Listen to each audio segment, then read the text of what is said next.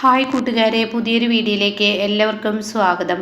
അങ്ങനെ നിധി കാര്യങ്ങളൊക്കെ എങ്ങനെ നിധിയോട് പറയാണ് കേട്ടോ. അപ്പം നിധിക്കൊരു സംശയം ഉള്ളിൽ വരികയാണ്. എന്നിട്ട് എന്താ ഉണ്ടായതെന്ന് നിർമ്മലയോട് ചോദിക്കുന്നുണ്ട്. ആ സമയം പറയുന്നുണ്ട്, എനിക്ക് ജ്യോതിയെ പേടിയാണ്, അതുകൊണ്ട് എനിക്ക് എല്ലാം വെട്ടി തുറന്ന് പറയാൻ വയ്യ എന്ന് പറയുന്ന സമയത്ത് ജ്യോതി അങ്ങോട്ടേക്ക് വരുന്നുണ്ട്.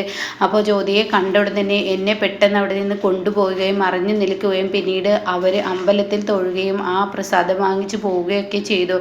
അപ്പോൾ ഈ സമയം എൻ്റെ കാല് പിടിച്ച് വീണിട്ട് എനിക്ക് എൻ്റെ മകനെയും നിങ്ങളെയും ഒരുമിച്ച് ജീവിക്കണം, ഇനിയുള്ള കാലം നിങ്ങൾക്ക് വേണ്ടിയിട്ട് വേണം. എന്നാൽ ജ്യോതിയോട് ഇതൊന്നും അറിയാനും പാടില്ല, അവരുടെ സമ്പത്ത് ആലോചിച്ചിട്ടൊന്നുമല്ല എന്നൊക്കെ ഇങ്ങനെ പറയുന്നുണ്ട് കേട്ടോ. അപ്പോൾ ഇതൊക്കെ കേട്ടപ്പോൾ എനിക്ക് വല്ലാത്തൊരു വിഷമം തോന്നി. എൻ്റെ മനസ്സിനുള്ളിൽ എവിടേക്കോ അയാൾ സത്യസന്ധമായി സംസാരിക്കുന്നത് പോലെ മരണം മുന്നിൽ കാണുമ്പോൾ എല്ലാവർക്കും എല്ലാവരുടെ സ്വഭാവം പുറത്തു വരുമല്ലോ, അതേ അങ്ങനെയുണ്ട് എന്ന് എനിക്ക് തോന്നുന്നു എന്നൊക്കെ എന്നെ പറയണം. ആ സമയം ഈ വാക്കുകളൊക്കെ കേൾക്കുമ്പോൾ ഉടൻ തന്നെ ഇതിൽ യാതൊരു സത്യവുമില്ല, അയാൾ പറയുന്നതെല്ലാം കള്ളമാണ്. ആ കള്ളങ്ങൾ വിശ്വസിച്ച് മുന്നോട്ട് പോയി കഴിഞ്ഞാൽ നിർമ്മലാമ്മ കുടുങ്ങും. പക്ഷേ ഇതിപ്പോൾ നിർമ്മലാമ്മയോട് എനിക്ക് പറയാൻ പറ്റത്തില്ല. എന്തായാലും ഇതിൻ്റെ സത്യാവസ്ഥ കണ്ടെത്തേണ്ടത് എൻ്റെ ആവശ്യമാണെന്ന് നിധി മനസ്സുകൊണ്ട് ചിന്തിക്കുന്നുണ്ട് കേട്ടോ. എന്നാൽ ഈ സമയം പിറ്റേ ദിവസം രാവിലെ ആയി ശിവാനി ഇറങ്ങുകയാണ്. അപ്പോൾ പ്രണവും കൂടെ വരുന്നുണ്ട്. അപ്പോൾ ഉടൻ തന്നെ വസുന്ധര, എങ്ങോട്ടാണ് പ്രണവ് നീ പോകുന്നത്, ഇവളെയും കൂട്ടിയിട്ടെന്ന് ചോദിക്കുകയാണ്. അതെ, ഞാൻ എൻ്റെ ഭർത്താവിൻ്റെ കൂടെയാണ് പോകുന്നത്. അപ്പോൾ പ്രണവ് ഒന്നും തന്നെ മിണ്ടുന്നില്ല. അപ്പോൾ വസുന്ധര ചോദിക്കുക, എന്താ മിണ്ടാത്തതെന്ന് പറയുന്നുണ്ട്. അപ്പോൾ ഉടൻ തന്നെ രേണുക പറയണേ, ഇവളുടെ ഭർത്താവ് എങ്ങോട്ടേക്കും പോകുന്നതിന് എന്തിനാണ് നീ ഇടപെടുന്നത്? അതെ, ആ എംബോക്ക് കമ്പനിയുടെ കാര്യത്തെക്കുറിച്ച് എന്തായി, ഗൗതമിൽ നിന്ന് എങ്ങനെ ഒപ്പ് വാങ്ങും എന്നിങ്ങനെ ചോദിച്ച ഉടൻ തന്നെ അതെ, ഞങ്ങളുടെ കമ്പനിക്കാരെ ഞങ്ങൾ തീരുമാനിച്ചോളാം, ഞങ്ങൾക്കറിയാം ഒപ്പിടാനോ ഒപ്പിടാതിരിക്കാനോ. അത് കേട്ട ഉടൻ തന്നെ വസുന്ധര പറയണേ, ശിവാനി പറയുന്നത് കേട്ടില്ല പ്രണവ്, ഇപ്പോൾ ഞാൻ ആ കമ്പനിയിലോട്ട് വന്നില്ലായിരുന്നെങ്കിൽ ഈ ഒരു സത്യം ഇപ്പോൾ അറിയുമായിരുന്നോ? അവർ ആ ഒരു എംബോക്ക് കമ്പനിക്കാർ ഇനി ഇത് വേണ്ടെന്ന് വെച്ച് റിജക്റ്റ് ചെയ്യുമ്പോഴായിരിക്കും പ്രണവിന് ഇതെല്ലാം അറിയുന്നതെന്ന് പറയുമ്പോൾ ഉടൻ തന്നെ ശിവാനി, വല്ലാതെ ആളാവൊന്നും വേണ്ട, ഇപ്പോൾ ഇവിടുത്തെ പ്രശ്നം എന്താണ്, ഗൗതമിൽ നിന്ന് ഒരു ഒപ്പ് വാങ്ങണം, അത്രയല്ലേ ഉള്ളൂ.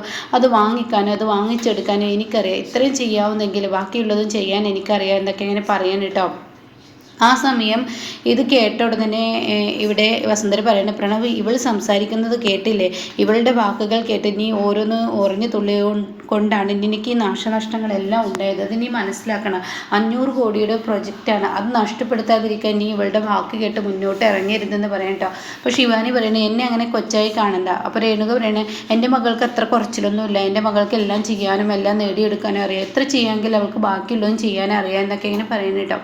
ആ സമയം ഉടനെ വസുന്ധര, എന്ത് ചെയ്യാനറിയാം നിങ്ങളുടെ മകൾക്ക്, വാശിയും കുശുമ്പും കുഞ്ഞായ്മയും ഇത് മാത്രമേ ഉള്ളൂ, വേറെ ഒന്നുമില്ല. നേരായ മാർഗത്തിലൂടെ എന്തെങ്കിലും നേടിയെടുക്കാൻ കഴിഞ്ഞിട്ടുണ്ട്, മറ്റുള്ളവരെ തട്ടിച്ചും വെട്ടിച്ചും ഒക്കെ അല്ലേ ചെയ്യുന്നത്.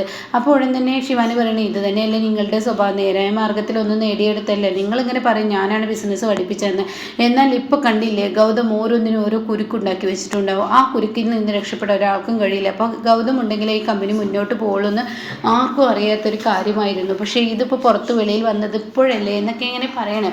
അപ്പോൾ കൂടുതലായി ശിവാനി നീ സംസാരിക്കണ്ട, എന്നോട് നീ തർക്കിച്ചിട്ടും കാര്യമില്ല. ഞാനൊരു കാര്യം പറയാം, നിന്നെ കൊണ്ട് ഈ ഒരു എംബോക്ക് കമ്പനിക്കുള്ള ആ ഒരു എഗ്രിമെൻറ്റ് സൈൻ ചെയ്യാൻ ഗൗതമിനെ കൊണ്ട് കഴിയുമെന്ന് ചോദിച്ചുടനെ, അതെ ഞങ്ങൾ അങ്ങോട്ടേക്ക് തന്നെ പോകുന്നത്, ഞങ്ങൾ എന്തായാലും പ്രണവിനെയും കൂട്ടി പ്രണവിൻ്റെ അമ്മയെ കാണാൻ പോയി കഴിഞ്ഞാൽ പ്രണവിൻ്റെ അമ്മ കാര്യങ്ങൾ മനസ്സിലാക്കി കഴിഞ്ഞാൽ പ്രണവിനെ ഒപ്പിട്ട് കൊടുക്കാൻ ഗൗതമിനോട് പറയുമെന്ന് പറയട്ടോ. അപ്പോൾ ഇത് കേട്ട ഉടനെ, ഏട്ടത്തിയെക്കുറിച്ച് നിനക്ക് എന്തറിയാം, ഇന്നലെ കയറി വന്നവൾക്ക് ഏട്ടത്തിയെ സ്വഭാവം അറിയില്ല, എന്നാൽ എനിക്കറിയാം ഏട്ടത്തി ഒരിക്കലും ഏട്ടത്തിയുടെ മകന് വേണ്ടി ഇവൻ ഒപ്പിട്ട് കൊടുക്കില്ല, അതിന് ഗൗതമിൻ തന്നെ സമീപിക്കണമെന്ന് പറയട്ടെ. അപ്പോൾ ഉടൻ തന്നെ ശിവാനി പറയാം, എന്താ ചെയ്യേണ്ടതെന്ന് എനിക്കറിയാം, നിങ്ങളിതിൽ ഇടപെടും ശിവാനി, ഇക്കാര്യത്തിൽ ഞാനൊരു കാര്യം പറയാം, നമുക്കൊരു ബെറ്റ് വെച്ച് മുന്നോട്ട് പോയാലോ. അത് കേട്ട് ശിവാനി ആദ്യം ഒന്ന് ചിന്തിക്കും, പിന്നീട് ശിവാനി പറയണം, നമുക്ക് ബെറ്റിലൂടെ തന്നെ മുന്നോട്ട് പോകാം, നിങ്ങളൊരു കാര്യം ചെയ്തേക്ക്, ഈ ഒരു കമ്പനി കാര്യത്തിൽ ഒപ്പിടാൻ എനിക്ക് കഴിയും, ഗൗതമിൽ നിന്ന് ആ ഒപ്പിട്ട് ഞാൻ വാങ്ങി പ്രണവിന് എംബോക്ക് കമ്പനിയുടെ 500 കോടിയുടെ പ്രൊജക്റ്റ് ഞാൻ നേടിയെടുക്കുകയും ചെയ്യും.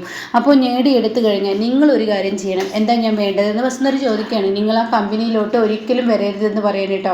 അപ്പോൾ ഈ സമയം കമ്പനിയിലോട്ട് വരരുതെന്ന് പറഞ്ഞ ഉടൻ തന്നെ ആദ്യം ഒന്ന് വസുന്ധര ചിന്തിച്ചിട്ട് വസുന്ധര പറയാം, ശരി ഞാൻ വരില്ല, എന്നാൽ നീ പിന്നീട് ആ കമ്പനി കാര്യത്തിൽ ഇടപെടാൻ നീ പാടില്ല. അതേ ആയിക്കോട്ടെ, ഞാനും ഇടപെടില്ല എന്ന് പറഞ്ഞിട്ട് അവരുടെ ആ ബെറ്റ് പോവാണ് കേട്ടോ.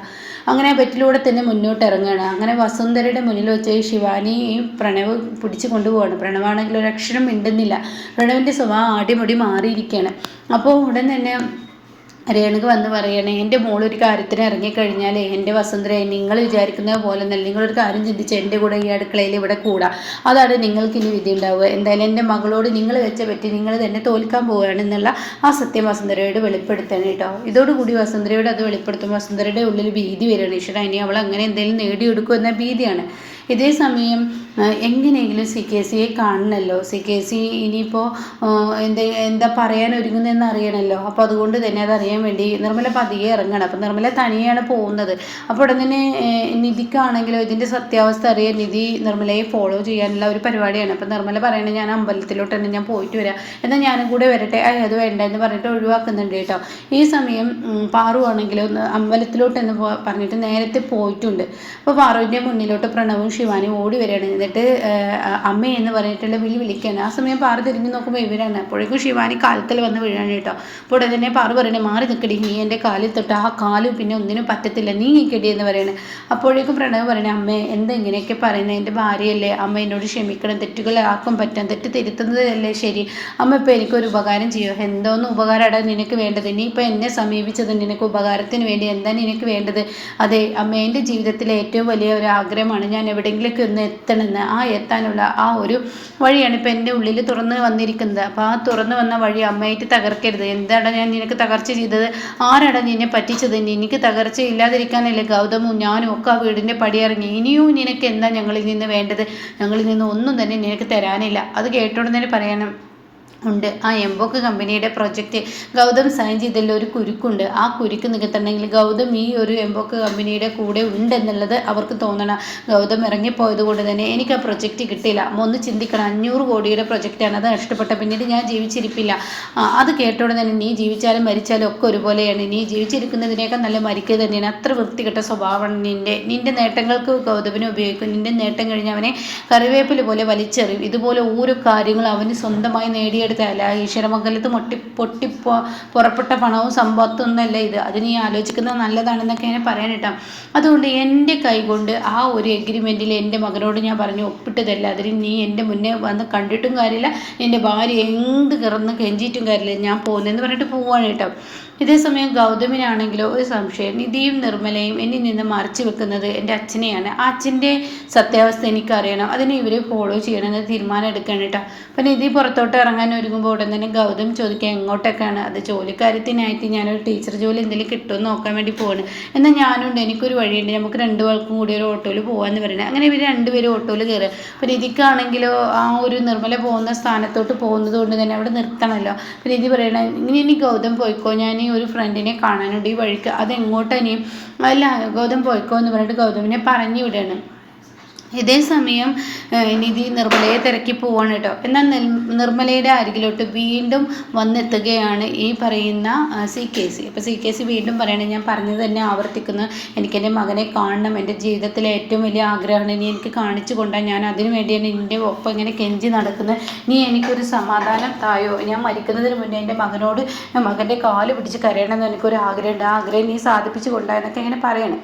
ഇതേസമയം ശിവാനി ആണെങ്കിലോ വീട്ടിലോട്ട് കയറിച്ചില്ല. അപ്പോൾ സുന്ദരി ചോദിക്കുകയാണ്, എന്താ മിണ്ടാതെ കയറിപ്പോകുന്നത്? പ്രണവ്, നിനക്ക് വാക്കുകളില്ലേ? ഇവൾ വീണ്ടും നിന്നെ പറ്റിച്ചിട്ടുണ്ടാവും, ഒരിക്കലും ഏട്ടത്തിൽ നിന്ന് ഒപ്പിട്ട് കിട്ടില്ലെന്ന് ഞാൻ പറഞ്ഞില്ലേ. അപ്പോൾ ഇവളുടെ ഐഡിയയിലൂടെ നീ പോയി കഴിഞ്ഞാൽ പ്രൊജക്റ്റ് നീക്ക് നഷ്ടപ്പെടും, അത് ഉറപ്പുള്ള കാര്യമാണ്. അതുകൊണ്ട് ഞാൻ പറയുന്നത് കേൾക്കെന്ന് പറയുമ്പോൾ ഉടൻ തന്നെ രേണുക പറയണേ, അതെ എൻ്റെ മകളിപ്പോൾ പോയിട്ടില്ലേ ഉള്ളൂ. അപ്പോഴേക്കും ശിവാനി പറയണേ, അതെ ഞാൻ ഇറങ്ങിയിട്ടല്ലേ ഉള്ളൂ, ഒരു പ്രാവശ്യം ഏട്ടത്തിൽ നിന്ന് തോറ്റു എന്നുള്ളത് നിങ്ങൾ പറഞ്ഞത് ശരിയാണ്. പ്രണവിൻ്റെ അമ്മയെ മനസ്സ് മാറ്റിയെടുക്കാനും ഗൗതമിനെ മനസ്സ് മാറ്റിയെടുക്കാനും ഒക്കെ എനിക്ക് കഴിയും. അപ്പോൾ സുന്ദരി പറയണേ, അത് നിൻ്റെ തോന്നലാണ്, നീ എന്ത് പറഞ്ഞാലും നിധിയെ സോപ്പിട്ട് പിടിച്ചാലാണ് നിനക്ക് കിട്ടത്തുള്ളൂ. അപ്പോൾ രേണുക പറയുന്നത് അത് ശരിയാണ് നിങ്ങൾ പറഞ്ഞത്, നിധിയെ സോപ്പിട്ട് പിടിക്കുക, നിധിയുടെ മനസ്സ് മാറി എല്ലാവരുടെയും മനസ്സ് മാറും.